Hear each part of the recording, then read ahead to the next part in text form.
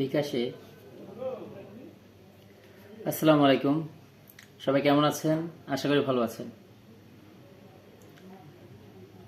আসসালামু আলাইকুম, সবাই কেমন আছেন? আশা করি ভালো আছেন।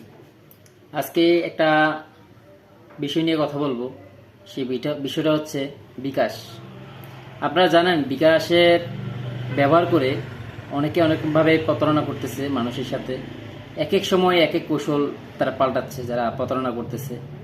এর মধ্যে কিছু কমন ব্যাপার আছে যেগুলো সম্পর্কে আপনি জানলে আপনি সতর্ক থাকতে পারবেন।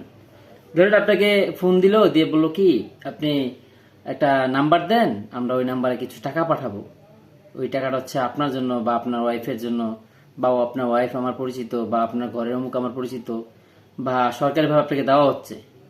আপনাকে আমাদেরকে কোনো পিন নাম্বার দিতে হবে না, কোনো ওটিপি দিতে হবে না, কোনো তথ্য দিতে হবে না, কোনো আইডি নাম্বারও দিতে হবে না। আপনার শুধু একটা বিকাশের নাম্বার দেন, ওই নাম্বারে আমরা টাকা পাঠাবো, টাকাটা আপনি উঠিয়ে নেবেন। তো আপনাকে বলবে যে আপনি নিজের বিকাশ না, আপনি দোকানে যান, দোকানের নাম্বার দেন। দেখেন তারা দোকানে পাঠাবে তাকে টাকা দেওয়ার জন্য, তার বিকাশ থাকা সত্ত্বেও তার বিকাশে সে পাঠাবে না। দোকানে আসবে, আসার পর বলবে ভাই একটা নাম্বার দেন, ওই নাম্বারে টাকা আসবে আমার কিছু।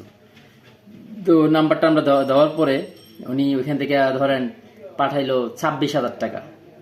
26,000 টাকা পাঠানোর পরে ওই গ্রাহককে বলবে যে আপনাকে আমরা 26,000 টাকা পাঠাই দিছি, আপনি 20,000 টাকা রাখেন, 6,000 টাকা আমাকে পাঠাই দেন। আর না হলে বলবো 6,000 টাকা আপনি রাখেন, 20,000 টাকা আমাকে পাঠাই দেন অমুক জায়গায়।